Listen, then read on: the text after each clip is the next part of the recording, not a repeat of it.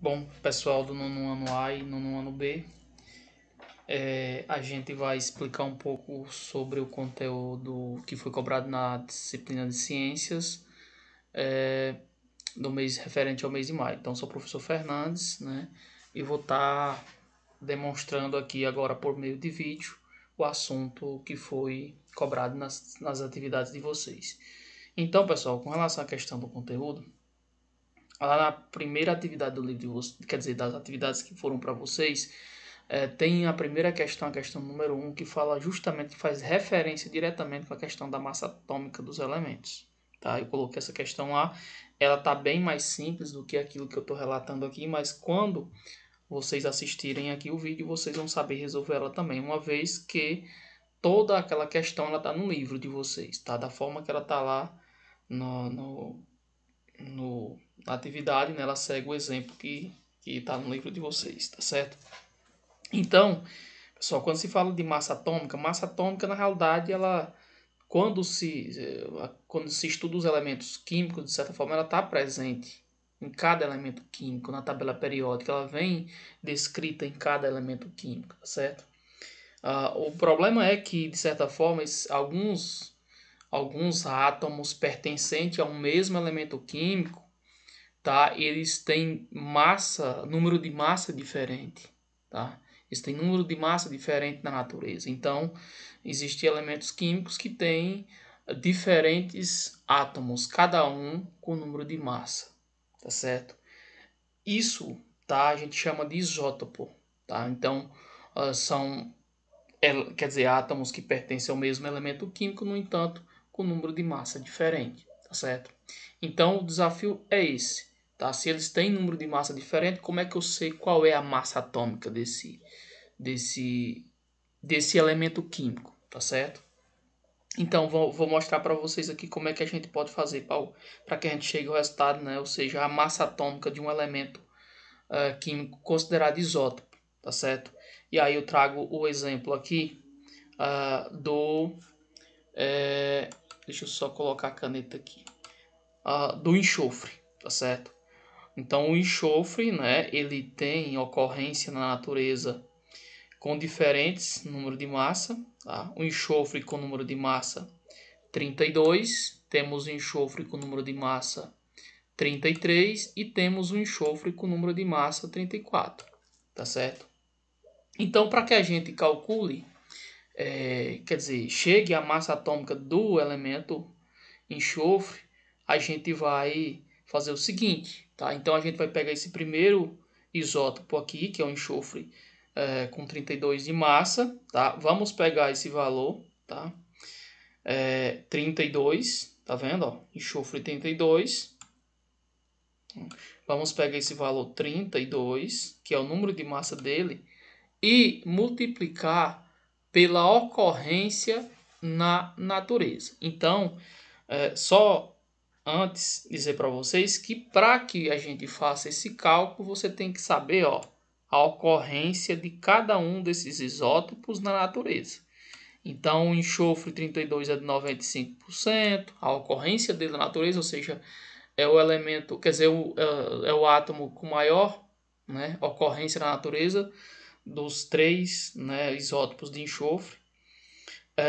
O enxofre 33 com 0,80% e o enxofre 34 com 4,20%. Então vamos dar continuidade, porque como eu não tinha ressaltado ainda essa questão da ocorrência, eu voltei para ressaltar aqui.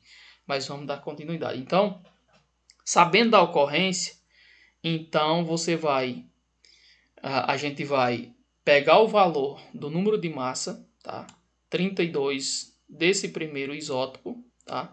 E multiplica pela ocorrência do enxofre com 32 de massa na natureza, tá certo? Então 32 vezes 95, que vai dar o resultado de 3040, tá? Pronto. Para o enxofre com 33 de massa, a mesma situação.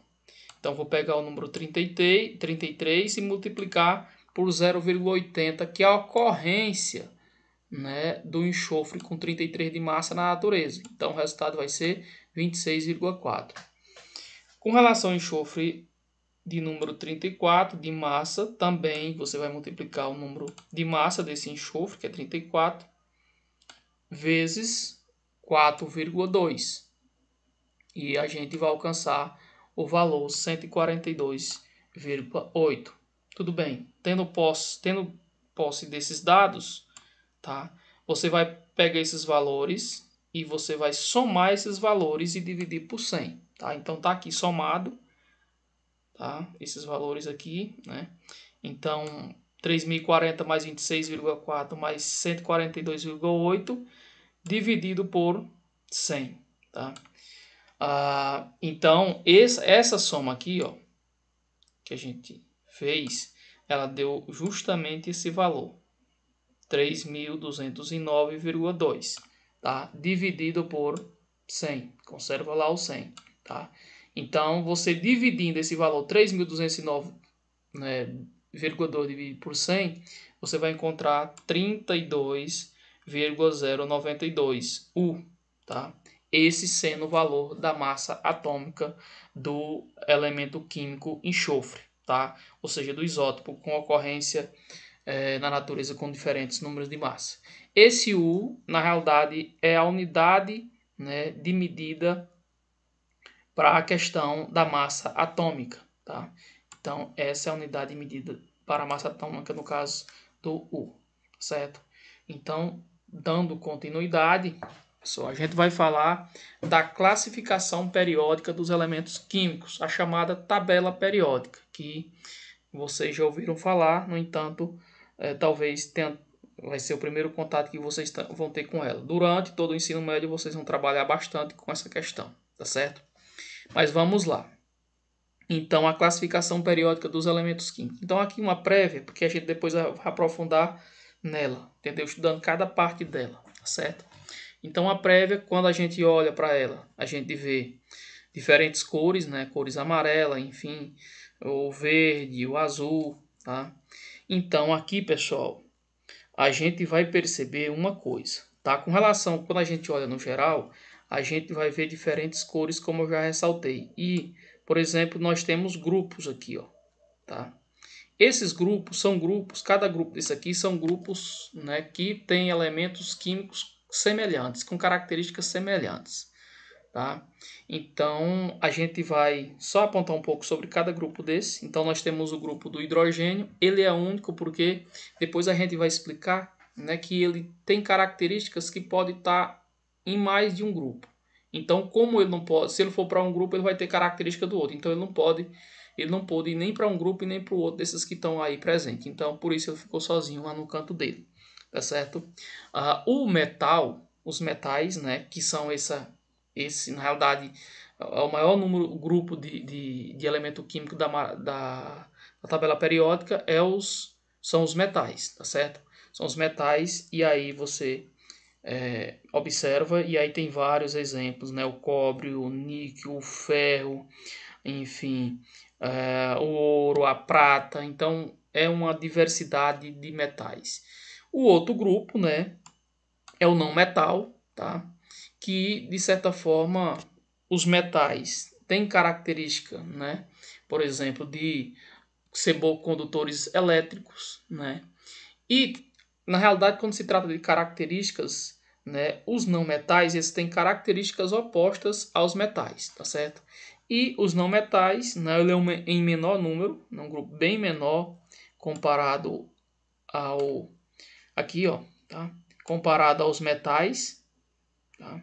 Então tá aqui o grupo deles, esse grupinho verde. Então ele é bem menor com relação à questão dos metais. Então o grupo dos metais é bem maior.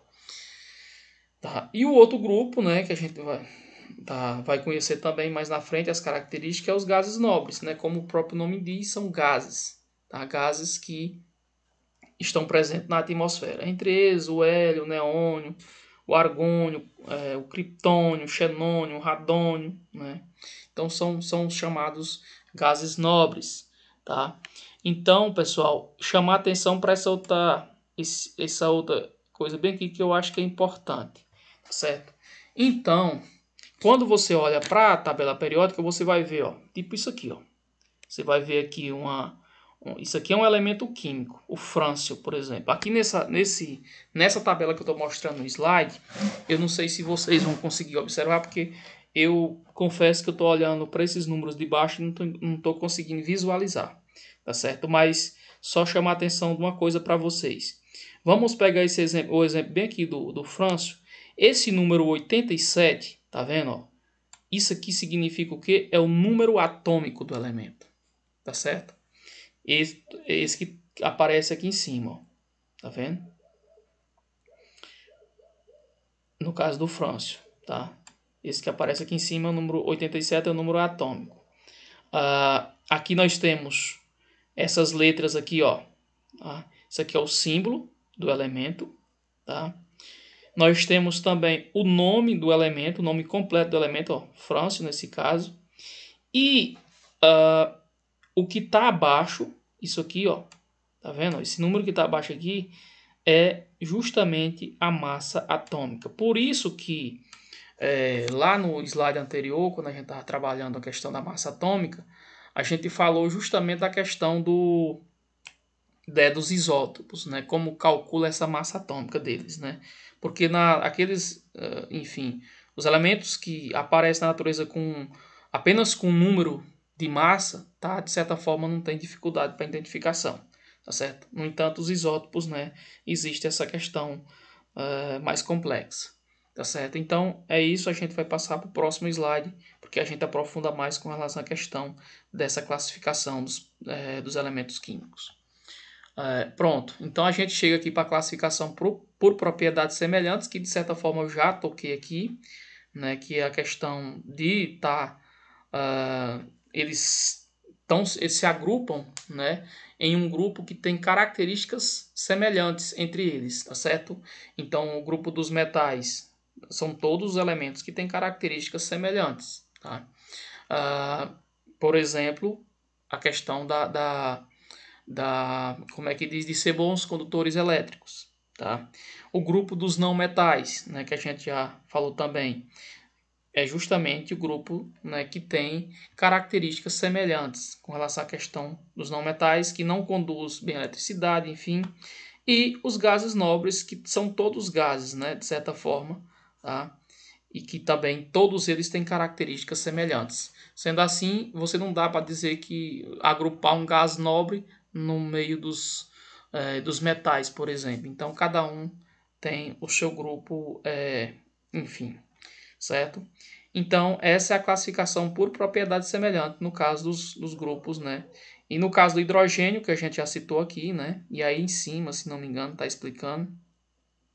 Então, os elementos químicos são organizados em 4 grupos principais, representados por metais, não metais, gases nobres e hidrogênio. Pronto. Depois eu já expliquei sobre a questão do hidrogênio, que é o fato dele ter características que são comuns não só em um grupo, mas sim em outros grupos. Então, não dá para ele ir para mais de um grupo, então ele ficou sozinho. Vamos para os metais. Vamos falar mais das características deles em si, que eu já tinha apontado aqui. Tá? Então, a maioria dos elementos químicos, de certa forma, é classificado nesse grupo. E aí o livro traz exemplos aqui, ó. Eu já tinha citado também, né? Mas aí tem o alumínio, o ouro, tá? A prata, o chumbo, tá? Uma infinidade de exemplos para esse grupo, tá certo? Então, com relação à questão de características, né? Nós temos aqui as características dos metais. Entre elas, né, tem brilho, né? Aqui, ó. Tem brilho. Que mais? Podem ser transformados em fios, tá? Ou seja, tem característica de ductibilidade, né? São bons condutores de calor e de eletricidade, tá? Outra característica importante deles. Deixa eu só sublinhar aqui, tá? Apresentam estado físico sólido, tá? Então ele vai ser a maioria das vezes vai se apresentar os elementos em estado sólido, né? Isso em estado sólido em temperatura ambiente, tá? E pressão ambiente também, tá? A exceção, pronto, em temperatura ambiente e pressão ambiente, eles também são maleáveis, tá certo? E a exceção com relação à questão de eles se apresentarem no estado sólido é justamente a questão do mercúrio, tá? Que é líquido. Tá? Então, em temperatura ambiente, o mercúrio se encontra no estado líquido. Essa é a exceção, tá certo? Então, com relação à questão de utilidade, tá? Ele vai falar aqui, ó, nessa parte de baixo, os metais são utilizados na fabricação de utensílio, né, de uso cotidiano, né? Então, você, no dia a dia, você faz uso dos metais, você usa um martelo, né? A questão, uma faca, enfim, uma panela, uma taça, tudo isso tem relação direta com os metais. Então, de certa forma, esses elementos químicos, né, que faz parte desse grupo, né, eles são de grande importância para a questão do ser humano, né? Então, na natureza, eles geralmente são encontrados na forma de minérios, né, que são, né, uma associação de vários elementos. Então, ele é encontrado na natureza, né, e quando é encontrado, é uma associação de vários minérios. E aí, depois, ele é processado, né? Ele é processado e, a partir daí, os metais são obtidos e, de certa forma, são empregados, né, em vários tipos de indústria, tá certo? Então, eles têm uma grande importância para a questão do setor industrial. Tá? Então, continuando, a gente vai falar do outro grupo, que é os não metais. Esses não metais, ele é um grupo menor do que o grupo dos metais, é claro, né? O grupo é pequeno, considerando o grupo dos metais. E aí ele traz uns exemplos aí, o caso do carbono, do fósforo, né? Do enxofre, tá? Do iodo, do selênio, do bromo, do oxigênio, tá? Do cloro, do nitrogênio e do flúor. Tá? Esses são os mais abundantes na natureza, né? Então, uma outra característica que é bom chamar a atenção é que eles podem ser encontrados, né, combinados com outros elementos. Tá? Então, os gases nobres, por exemplo, eles não se combinam nem entre eles e nem com outros elementos, só em condições especiais. Tá certo? No caso dos não metais, eles podem se combinar, podem ser combinados entre outros elementos. Né? Então, as características, chamar atenção para elas, né? As características das propriedades desses elementos são, de certa forma, já tinha citado, não são opostas, né, às características dos metais. Tá? Então, os metais têm brilho. No caso dos não metais, não tem brilho. Tá? Os metais são bons condutores de eletricidade e os não metais não são bons condutores de eletricidade, né, e nem de calor. Então, as características são opostas. Normalmente os metais têm ductibilidade, né? Esses daqui não são dúcteis, tá? Então, e nem maleáveis, tá? Então, são totalmente opostos, as características são totalmente opostas dos metais e não metais. Por isso, né, receberam o nome inicialmente de ametal. Esse A aqui, A vem de não, tá? Esse A, somente o A. Esse A vem de não, tá?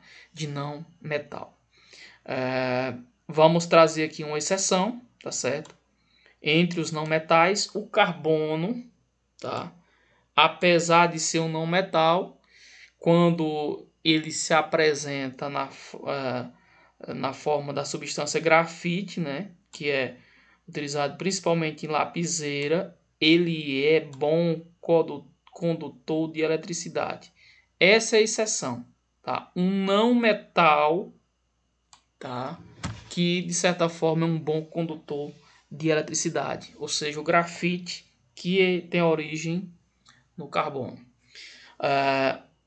Só para ressaltar mais uma aplicação desses elementos, o flúor, né, que é um não metal também, tem como importância, de certa forma, proteger o esmalte dos dentes, né, contra as cáries, por isso ele é utilizado, né, por dentistas, enfim, na questão de procedimentos odontológicos. Né? Então, no Brasil, existe uma regulamentação, tá, para que todas as águas que são tratadas, né, que são distribuídas para o consumo humano, sejam fluoretadas, né, ou seja, contenham flúor. Tá? Claro que não tem uma quantidade correta de ser adicionada à água. Tá? Tudo tem um controle. Então, o outro grupo que a gente vai tratar é o grupo dos gases nobres. Como o próprio nome diz, é um conjunto de gases, né, que tem características semelhantes. Tá? Então, este grupo, né, é composto de 6 gases, né, e todos são encontrados em pequenos percentuais na natureza, quer dizer, na atmosfera terrestre. Né? São eles o hélio, o neônio, o argônio, o criptônio, o xenônio e o radônio. Tá aqui, ó. Tá? Esse grupinho aqui. Estou tentando selecionar eles aqui. Pronto. Esses são os gases nobres, né? São chamados gases nobres ou inertes, né? Eles não se combinam entre si nem com outros elementos, né? Já tinha citado aqui, ou seja, não forma nova substância a não ser em condições muito especiais, né? Precisa de todo um trabalho. O mais comum desses gases é o gás hélio, tá? Que de certa forma tem aplicação no dia a dia para a questão do enchimento de balões. Tá? Os gases nobres são responsáveis pelas cores também dos letreiros luminosos, né? E isso de certa forma ajuda a dar brilho às grandes cidades, né? Principalmente no período da noite. Outra situação é que são utilizados né? Com frequência a questão dos neon, né?